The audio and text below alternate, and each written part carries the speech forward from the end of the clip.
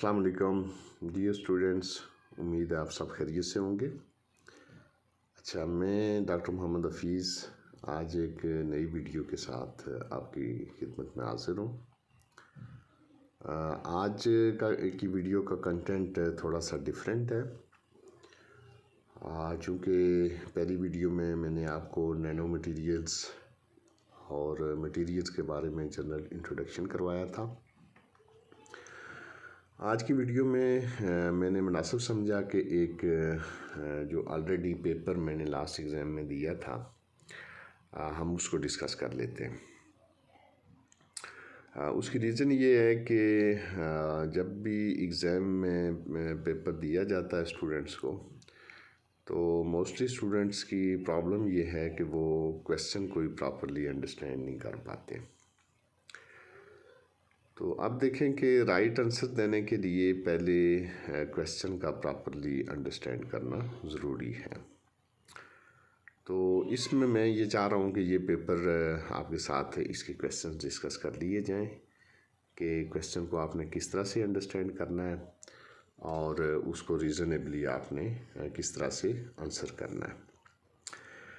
तो अब ये पेपर आपके सामने है। ये पेपर टोटल यहाँ पे 60 मार्क्स का है और लेटर ऑन जो ऑब्टेन्ड मार्क्स होंगे उनको 1.25 से मल्टीप्लाइड किया जाएगा और एक्चुअल मार्क्स इसके 75 हैं। अब इसके क्वेश्चन नंबर 1 पे आ जाएं। इसमें ये कहा गया है कि आंसर ऑल द पार्ट्स और 10 multiplied by 3 is equal to 30 marks हैं इस क्वेश्चन के और 10 पार्ट्स हैं इसके। सब पार्ट्स की इक्वल वेटेज है, यानी हर पार्ट जो है वो 3 मार्क्स का है। अब क्वेश्चन नंबर 1 का पार्ट ए है, which material characterization is more suitable to find out the materials purity and crystalline or amorphous nature.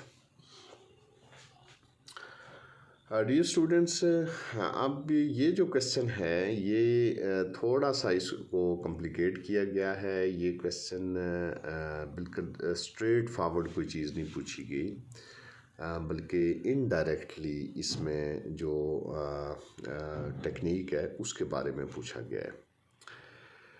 तो स्ट्रेट फॉरवर्ड तो ये बनता है कि फ़र्ज़ कर लें कि आप किसी टेक्निक का नाम लिख लें, जैसे कि स्कैनिंग इलेक्ट्रॉन माइक्रोस्कोपी है। तो ये क्वेश्चन हो सकता है कि describe the instrumentation of scanning electron microscopy. तो ये अंडरस्टैंडिंग में बहुत आसान है, इसलिए कि स्कैनिंग इलेक्ट्रॉन माइक्रोस्कोपी एक एस्टेब्लिश्ड टेक्निक है और उसकी इंस्ट्रूमेंटेशन के बारे में पूछा गया है। लेकिन इस क्वेश्चन में ये पूछा जा रहा है कि मटेरियल की वो टेक्निक बताएं जो उसकी प्योरिटी, क्रिस्टलाइन और एमॉर्फस नेचर को डिस्क्राइब करती है।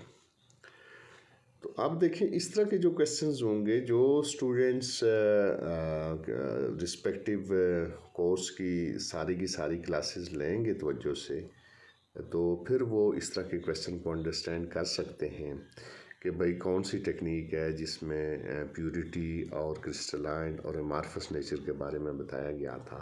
तो फिर वो उसको डिस्क्राइब करने में और उसका प्रॉपर आंसर करने में उन्हें आसानी होगी।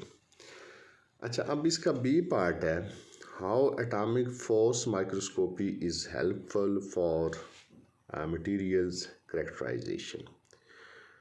तो ये एक सिंपल क्वेश्चन है। इसमें अंडरस्टैंडिंग क्वेश्चन को अंडरस्टैंड करने में इतनी प्रॉब्लम नहीं है और इसमें ये पूछा जा रहा है कि जो एटॉमिक फोर्स माइक्रोस्कोपी है ये किस तरह से मटेरियल्स की करेक्टराइजेशन में यूज़ हो सकती है।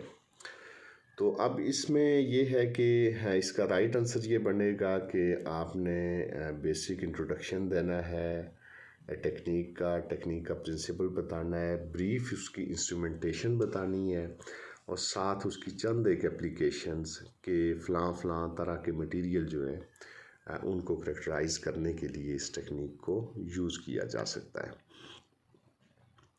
अच्छा, सी पार्ट है क्वेश्चन नंबर 1 का। Discuss the techniques which are helpful to find out the morphology of the material.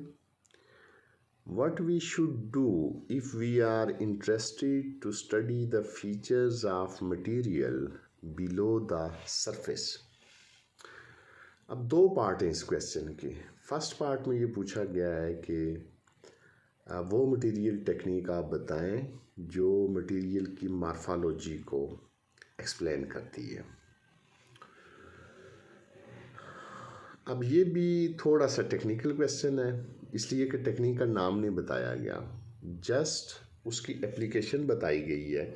और अब एप्लीकेशन से आपने उस तरफ जाना है, इसको रिकॉग्नाइज करना है कि भाई कौन कौन सी टेक्निक्स हैं जो मटेरियल की मॉर्फोलॉजी से मुराद ये है कि पार्टिकल की शेप किस तरह की है, उसकी सरफेस जो टोपोग्राफी है वो किस तरह की है, तो इसको मॉर्फोलॉजी कहते हैं। और इसका राइट आंसर ये है कि स्कैनिंग इलेक्ट्रॉन माइक्रोस्कोपी एक ऐसी टेक्निक है जो मटेरियल की मॉर्फोलॉजी के बारे में हमें बताती है। अच्छा, अब इसमें सिर्फ ये नहीं कहा गया कि नेम द टेक्निक। अगर नेम द टेक्निक कहा गया हो तो सिंपल इसका आंसर ये बनता है जी कि scanning electron microscopy is use to describe the morphology of the material. इसमें ये कहा गया है डिस्कस द टेक्निक्स, तो इसका मतलब ये कि आपने ना सिर्फ टेक्निक का नाम बताना है बल्कि उसकी आपने बेसिक डिस्क्रिप्शन भी देनी है, टेक्निक का बेसिक प्रिंसिपल, थोड़ी बहुत उसकी इंस्ट्रूमेंटेशन और एक आध मिसाल उसकी एप्लीकेशन की भी आपने इसमें देनी है। अच्छा, जो सेकंड पार्ट है that is more interesting. What we should do if we are interested to study the features of the material below the surface। अब इसमें अगेन मैं ये कहूँगा कि वही स्टूडेंट इस पार्ट का प्रॉपर आंसर कर सकेगा जिसने तवज्जो से जो है वो क्लास ली हुई है। इसमें ये पूछा जा रहा है कि उस टेक्निक का नाम बताएं कि अगर हम मटेरियल के यानी सरफेस से बिलो हम उसका देखना चाहते हैं, उसके फीचर्स देखना चाहते हैं कि उसके पार्टिकल की शेप किस तरह की है, उसके पार्टिकल का साइज़ किस तरह का है, वहाँ पे इंटर पार्टिकुलर डिस्टेंसेस कितने एक हैं, तो ये फीचर्स अगर हमने देखने हैं तो इसके लिए हम कौन सी टेक्निक यूज़ करेंगे। तो इसमें जो सूटेबल टेक्निक है मटेरियल को जब हम बिलो द सरफेस स्टडी करते हैं तो that is tunnelling electron microscopy. और इसमें भी आपने थोड़ी सी डिस्क्रिप्शन दे देनी है टनलिंग इलेक्ट्रॉन माइक्रोस्कोपी की कि बेसिकली ये टेक्निक, इसका बेसिक प्रिंसिपल क्या है और कैसे हम इसको अप्लाई करते हैं। नेक्स्ट डी पार्ट है इसी क्वेश्चन नंबर 1 का। Band gap calculation is important to check the feasibility of a particular material for photocatalytic application। What technique is in your opinion is better to calculate the band gap? अच्छा, band gap calculation की जाती है materials की और band gap calculation से ही हम ये फैसला करते हैं कि आया फोटोकैटालिटिक एप्लीकेशंस के लिए मटेरियल कितना सूटेबल है। अच्छा, इसमें दो पार्ट हैं अगेन क्वेश्चन के। फर्स्ट पार्ट जो है वो जस्ट एक डिस्क्रिप्शन है, सिर्फ बताया जा रहा है कि ये एक कोई टेक्निक है जो बैंड गैप कैलकुलेशन के लिए यूज़ की जा रही है। अब बहुत सारे स्टूडेंट्स ये मिस्टेक करते हैं कि वो जस्ट इस फर्स्ट पार्ट को ले लेते हैं कि यही क्वेश्चन है और बस इसके ऊपर वो एक स्टोरी बिल्ड करने की कोशिश करते हैं कि बैंड गैप कैलकुलेशन इम्पॉर्टेंट है और फोटोकैटालिटिक एप्लीकेशन इम्पॉर्टेंट है और फ़लाँ मटीरियल हैं जिनके बैंड गैप कैलकुलेट किए गए और उनको फोटोकैटालिसिस एप्लीकेशन के लिए यूज़ किया गया है। तो अब फर्स्ट पार्ट जो है ये इसमें जस्ट एक डिस्क्रिप्शन है, ये एक्चुअल क्वेश्चन नहीं है। एक्चुअल क्वेश्चन शुरू हो रहा है what technique in your opinion is better to calculate the band gap.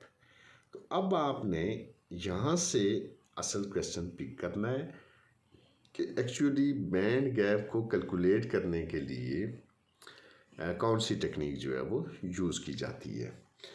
तो आपने इसमें करना ये है कि वेरी फर्स्ट सेंटेंस में आपने ये मेंशन करना है टेक्निक का नाम कि जी ये टेक्निक है और ये बैंड गैप कैलकुलेट करने के लिए इस्तेमाल होती है, और फिर इस टेक्निक की बेसिक जो डिस्क्रिप्शन है उसका प्रिंसिपल है और बैंड गैप किस इक्वेशन से कैलकुलेट किया जाता है वो इक्वेशन आपने लिखनी है। उस इक्वेशन के डिफरेंट पैरामीटर्स आपने लिखने हैं और साथ आपने ये मेंशन करना है कि बैंड गैप अगर कम होगा तो उसको फोटोकैटालिसिस में इफ़ेक्ट क्या होगा, और अगर लार्जर बैंड गैप होगा किसी मटेरियल का तो उसका फोटोकैटालिसिस पे इम्पैक्ट किस तरह का होगा।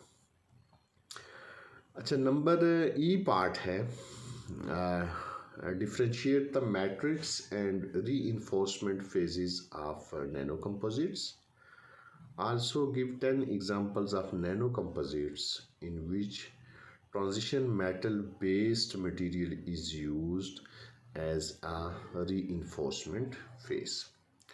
तो फर्स्ट पार्ट अगर हम देखें तो इसमें भी कोई चीज़ पूछी जा रही है और वो डिफ्रेंसिएशन है मैट्रिक्स और रीइंफोर्समेंट फेजेस की in case of nano composites. ये डिफ्रेंसिएशन आपने देनी है। और सेकंड पार्ट थोड़ा सा उसमें हिडन मटेरियल है कि 10 एग्जांपल्स पूछी गई हैं नैनो कंपोजिट्स की, लेकिन कंडीशन ये लगाई गई है कि मटेरियल ऐसे होने चाहिए जिनमें ट्रांजिशन मेटल जो है उसकी मौजूदगी ज़रूरी है। तो इसमें रीइंफोर्समेंट फेसेस तो काफ़ी तरह की हो सकती हैं, लेकिन इस क्वेश्चन की बुनियाद पे जो ग्रेडिंग होगी वो उन रीइंफोर्समेंट फेसेस की होगी जिनमें ट्रांजिशन मेटल वाकई से मौजूद हों। एफ पार्ट की तरफ जाते हैं क्वेश्चन नंबर 1 के। In green method of material synthesis, we mostly use water as a solvent.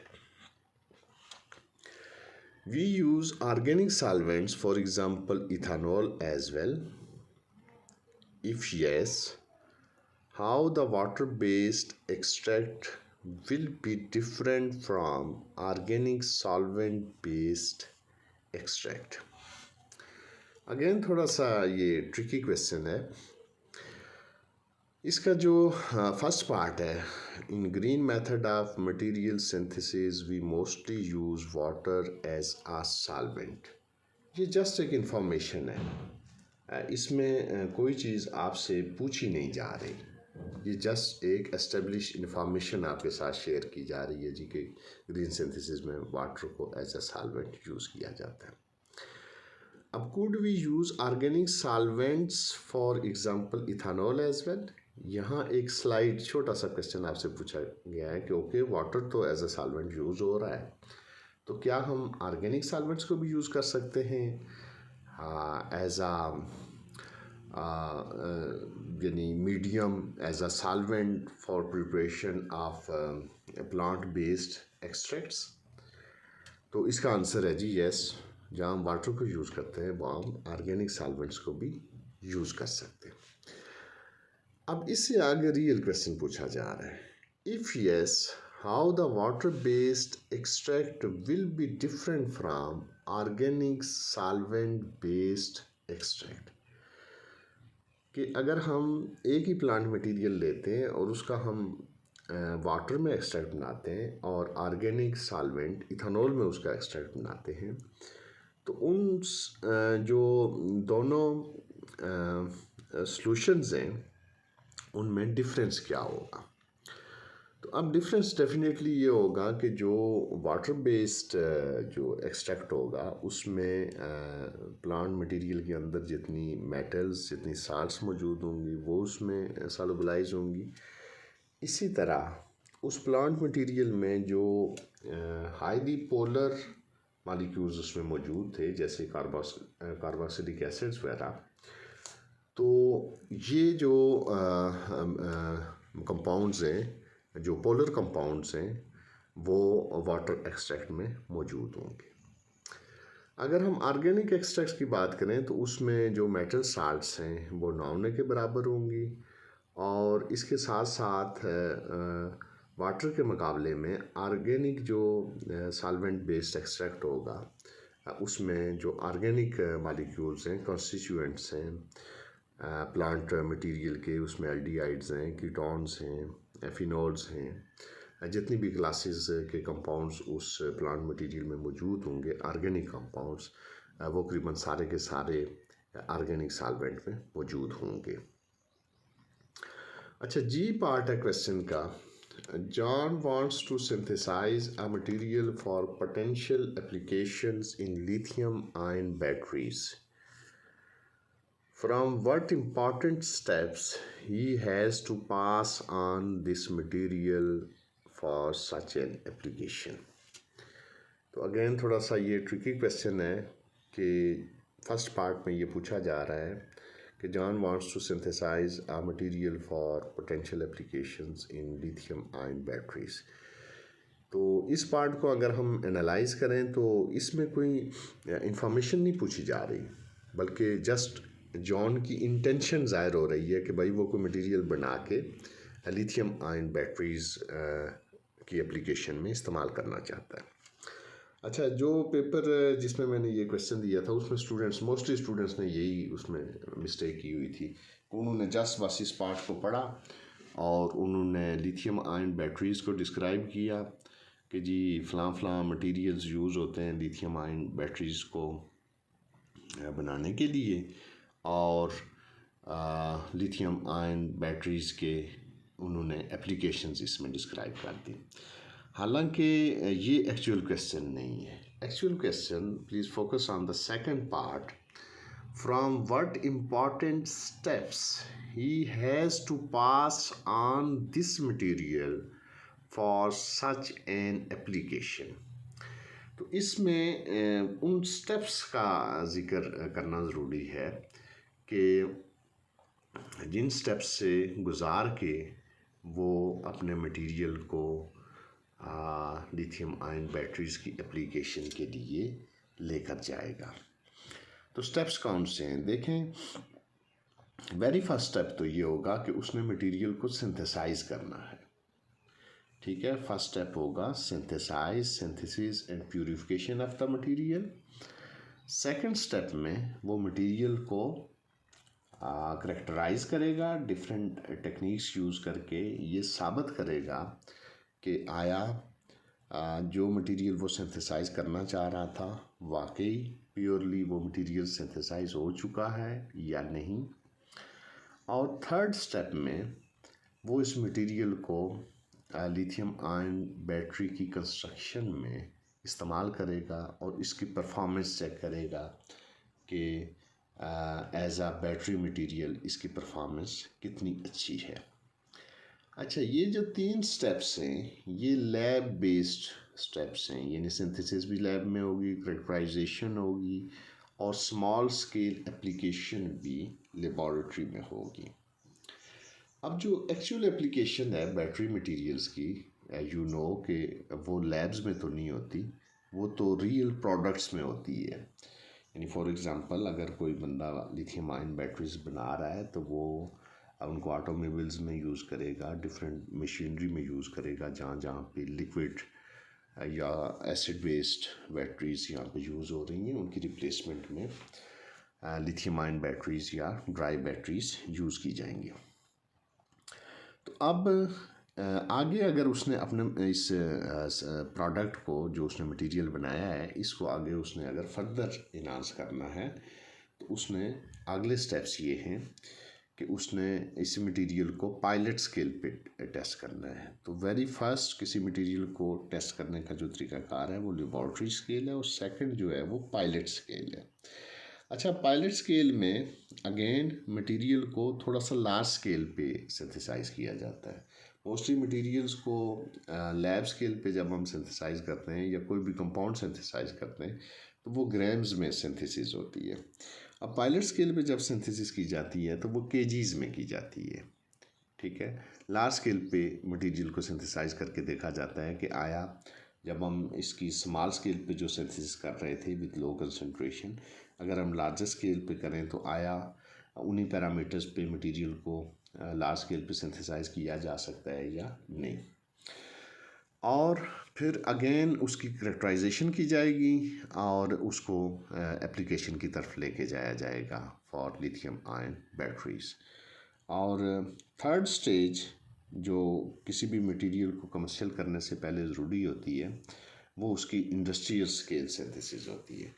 तो अगर लेबॉर्ट्री स्केल सिंथेसिस किसी मटेरियल की ओके है, फिर उसको हम पायलट स्केल की तरफ लेके जाएंगे, और पायलट स्केल में भी अगर सिंथेसिस उसकी ओके है तो फिर हम उसको इंडस्ट्रियल स्केल पे, जिसमें केजीज में नहीं बल्कि मैनी थाउजेंड केजीज में एट वन टाइम मटेरियल की सिंथेसिस की जाती है।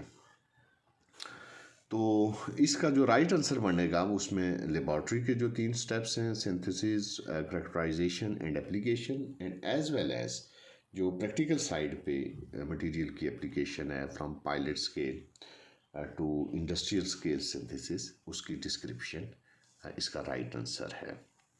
अच्छा, अब क्वेश्चन के एच पार्ट की तरफ आते हैं।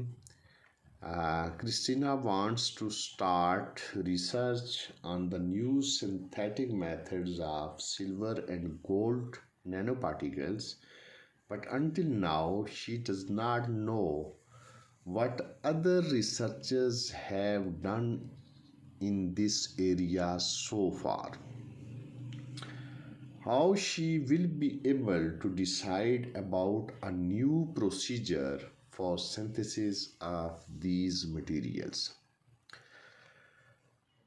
अगेन इस क्वेश्चन के 2 पार्ट्स हैं। फर्स्ट पार्ट में ये बताया जा रहा है कि क्रिस्टीना सिल्वर और गोल्ड के नैनो पार्टिकल्स बनाना चाहती है, लेकिन उसको ये नहीं पता कि जो अदर रिसर्चर्स हैं उन्होंने सिल्वर और गोल्ड नैनो पार्टिकल्स बनाने के लिए अब तक क्या काम किया है।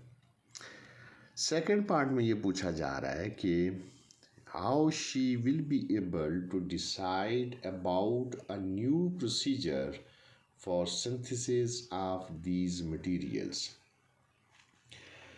कि क्रिस्टीना कैसे फैसला करेगी कि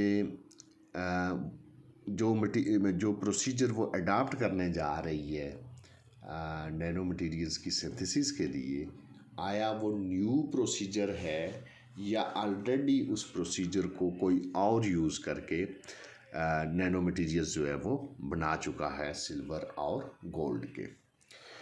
तो ये जो क्वेश्चन है ये बेसिकली लिटरेचर से मतलब क्वेश्चन है। इसमें यानी ये पूछा जा रहा है कि अगर आपने कोई नया मटेरियल बनाना है तो उसके लिए आपका प्रोसीजर जो है वो बिल्कुल न्यू होना चाहिए, या एस्टेब्लिश प्रोसीजर भी अगर आप यूज़ करना चाहते हैं तो फिर आपको पता होना चाहिए कि वो एस्टेब्लिश प्रोसीजर ऑलरेडी किन लोगों ने यूज़ किया है ये नैनो मटेरियल बनाने के लिए।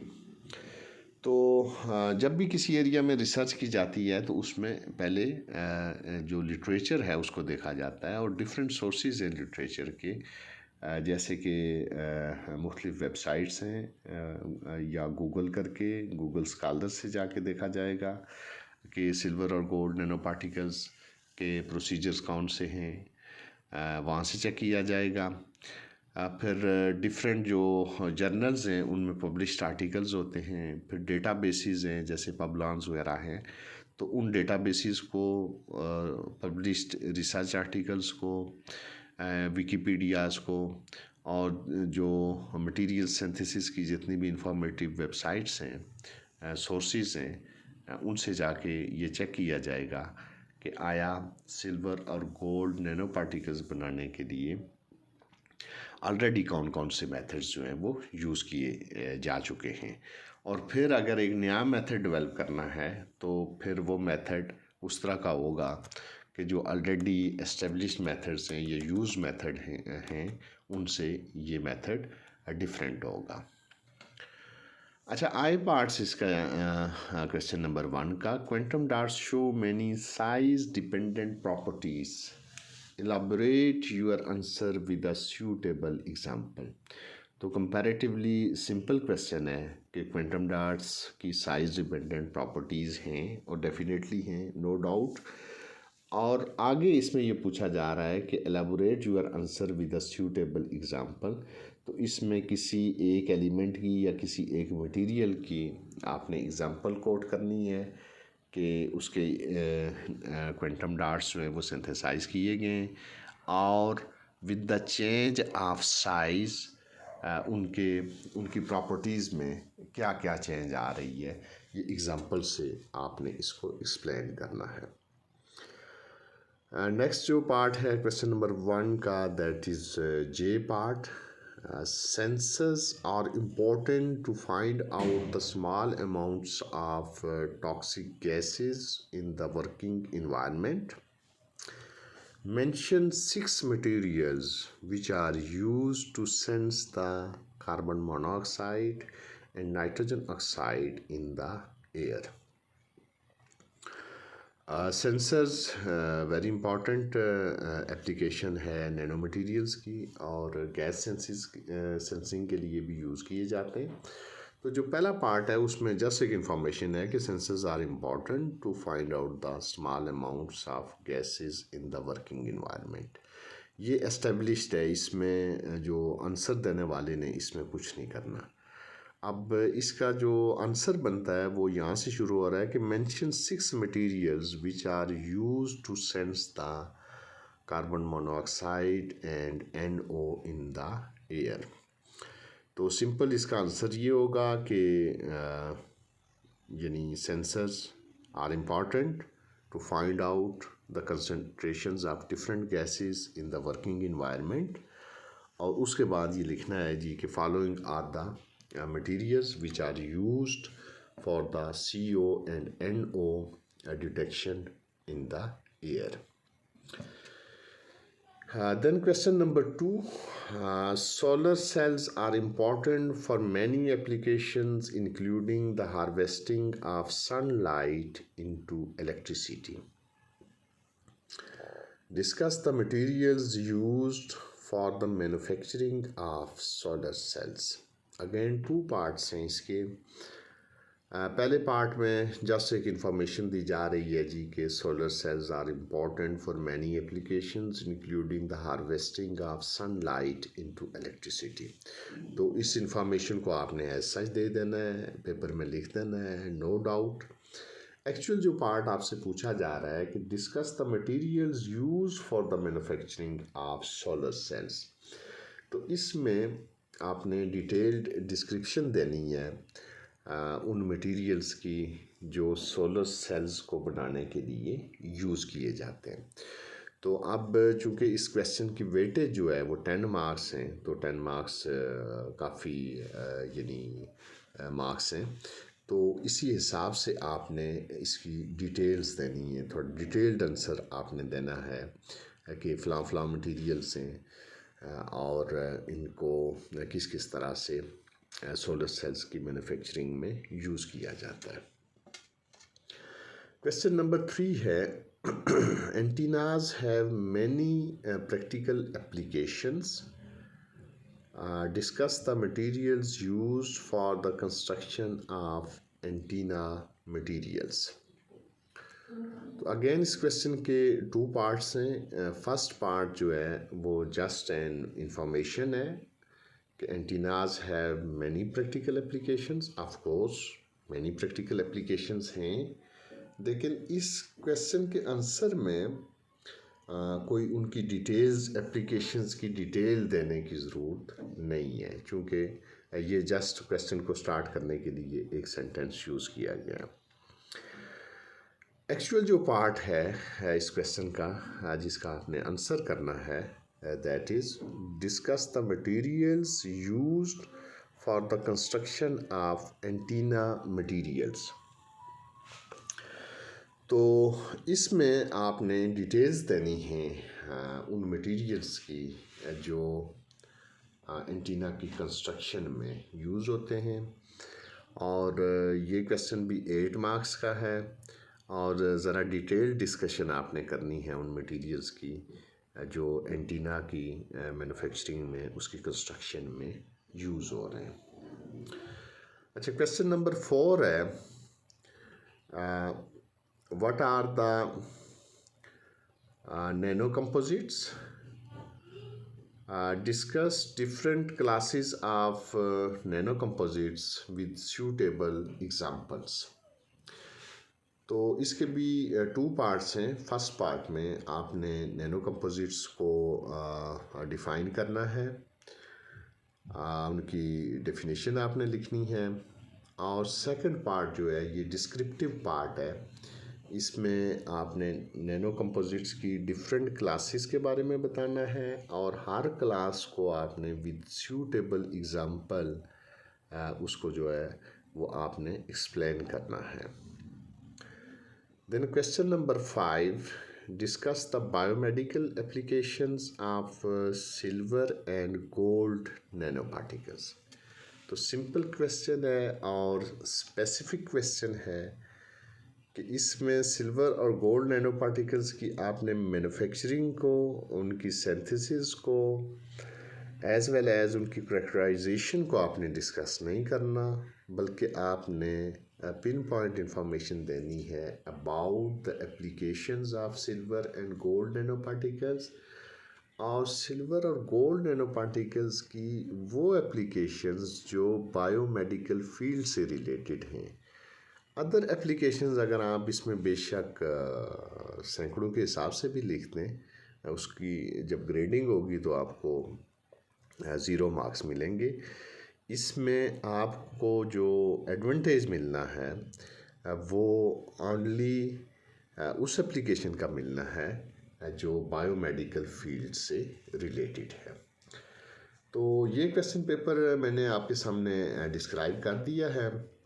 उम्मीद है कि ये आपके लिए ख़ासा फ़ायदेमंद होगा कि आपने किस तरीके से क्वेश्चंस को अंडरस्टैंड करना है, क्योंकि राइट आंसर देने के लिए क्वेश्चन का प्रॉपर्ली अंडरस्टैंड करना बहुत ज़रूरी है।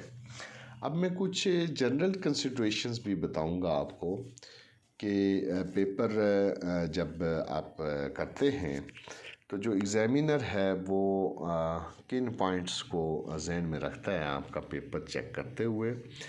अगर आपकी राइटिंग नीट एंड क्लीन है तो देखें, वैसे तो इस लेवल पे राइटिंग के कोई मार्क्स नहीं होते, लेकिन देखें आखिर हम ह्यूमन बीइंग हैं, और अगर हमें कोई प्लीज़ करता है तो फिर हमारा उसमें ये है कि मूड, हमारा रवैया ज़्यादा अच्छा हो जाता है, और जब हमारा मूड ज़्यादा अच्छा होगा तो उसमें जो काम हम करेंगे वो बेहतर होगा, और जब आप एग्ज़ामिनर के मूड को अच्छा करेंगे तो वो आपको मैं समझता हूँ कि बेहतर मार्क्स देगा।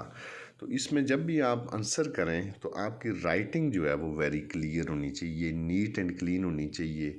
इसलिए कि अगर आपकी राइटिंग नीट एंड क्लीन नहीं होगी तो कंटेंट को समझने के लिए जो एग्ज़ामिनर होगा उसको मेहनत करना पड़ेगी, उसको ज़्यादा फोकस करना पड़ेगा, और वो जितना ज़्यादा उसको मेहनत करनी पड़ेगी, उसको फोकस करना पड़ेगा, वो तंग होना शुरू हो जाएगा, और वो जब वो तंग होगा तो उसका मूड जो है वो डाउन होता जाएगा, और डाउन मूड के साथ वो आपको अच्छे मार्क्स नहीं देगा। तो इसमें आपने कोशिश ही करनी है कि आपकी राइटिंग नीट एंड क्लीन होनी चाहिए, और अगर आपका इस लेवल तक स्टिल राइटिंग का इशू है तो आप ज़्यादा से ज़्यादा लिखें, प्रैक्टिस करें, और अपनी राइटिंग को आप इम्प्रूव करें। इसमें जो सेकंड पॉइंट है वो ये है कि जब आप आंसर करें तो टू द पॉइंट इंफॉर्मेशन आप कन्वे करें। चूँकि साइंस में हम इधर उधर की कहानियाँ नहीं डाल सकते। जो चीज़ आपसे पूछी जा रही है आप एग्जैक्टली आप उसको डिस्क्राइब करें, उसको आप बताएं, और उसके मुतल्लिक़ जो राइट इन्फॉर्मेशन है वो आप पेपर पे लेके जाएं। इसलिए कि जब आप इधर उधर की कहानियाँ लिखेंगे तो ज़ाहिर है जिस बंदे ने पेपर चेक करना है वो तो एक ट्रेंड, उसका साइंटिफिक माइंड है, तो वो ये कहेगा कि जी कि नहीं, ये बंदा तो साइंस नहीं, ये तो कहीं कोई शायरी या इस तरह की कोई चीज़ डिस्क्राइब कर रहा है, तो इससे आपके जो मार्क्स आपको मिलेंगे वो कम मिलेंगे। तो टू द पॉइंट इंफॉर्मेशन जो क्वेश्चन को अंडरस्टैंड करके आप हमेशा कन्वे करने की कोशिश करें। नंबर 3 इसमें ये है कि follow the sequence of question paper.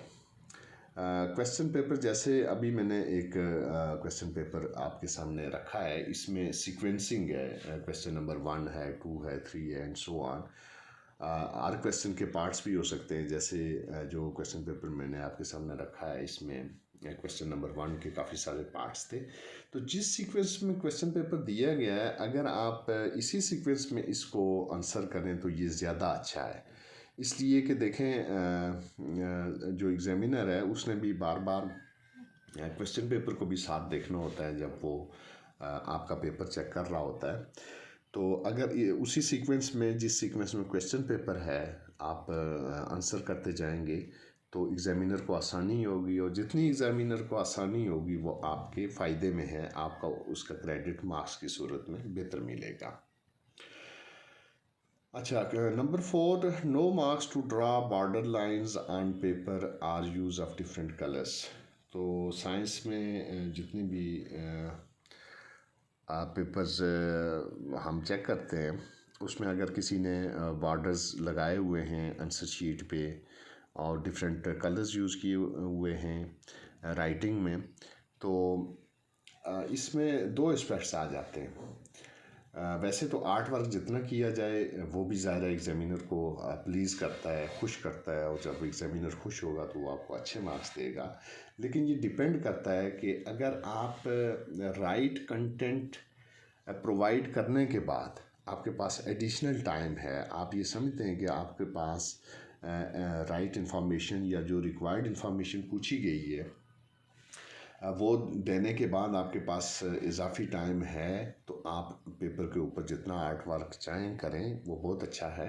लेकिन उसमें कंटेंट की कमी नहीं होनी चाहिए। अगर आप कंटेंट कम देंगे, जितना कंटेंट पूछा जा रहा है वो प्रॉपर आप नहीं देंगे और आर्ट वर्क करते रहेंगे, तो महज आर्ट वर्क से भी आपको अच्छे मार्क्स नहीं मिलेंगे। अच्छा, इसमें नंबर 5th पॉइंट है, try to convey the relevant material in the class then you may add further. तो जो भी क्वेश्चन पूछा जाता है उसमें पहली तो कोशिश ये करें कि उस क्वेश्चन से मुतल्लिक़ जो क्लास में डिस्कशन हुई थी वो पॉइंट ऑफ व्यू आप पेपर पे लेके जाएं, और उसके बाद अगर उसी टॉपिक से मुतल्लिक़ आपके पास एडिशनल इंफॉर्मेशन है, आपने कहीं और से स्टडी किया है, तो फिर आप उस इंफॉर्मेशन को भी शेयर करते हैं। क्योंकि देखें, जिस बंदे ने आपको क्लास में पढ़ाया है, जिस टीचर ने पढ़ाया है, प्रोफेसर साहब ने पढ़ाया है, तो जब वो क्वेश्चन दे रहे हैं तो उनके माइंड में या उनके बैकग्राउंड में वही इंफॉर्मेशन है जो उन्होंने क्लास में डिस्कस की थी। तो अब जब उनके सामने पेपर जाएगा तो वही इन्फॉर्मेशन अगर सामने होगी तो उनके जहन में एक पिक्चर आएगी जी के स्टूडेंट ने क्लास भी अटेंड की हुई है और इसने प्रॉपर वो मटेरियल जो क्लास में मैंने डिस्कस किया था वो अब ये आंसर कर रहा है। लेकिन अगर आप कहीं और से कोई मटेरियल, बेशक वो उसके थोड़ा करीब तरीन भी होगा जो चीज़ें क्लास में डिस्कस हुई थी, तो ये चीज़ जो है ये आपको फ़ायदा दे सकती है, लेकिन एज एन एडिशनल मटेरियल दे सकती है। तो मेन मटेरियल आपने आंसर में वही लिखें जो क्लास में डिस्कस हुआ था, और उसके बाद अगर उस टॉपिक के मतलब कोई एडिशनल इंफॉर्मेशन है तो वो आप दे सकते हैं।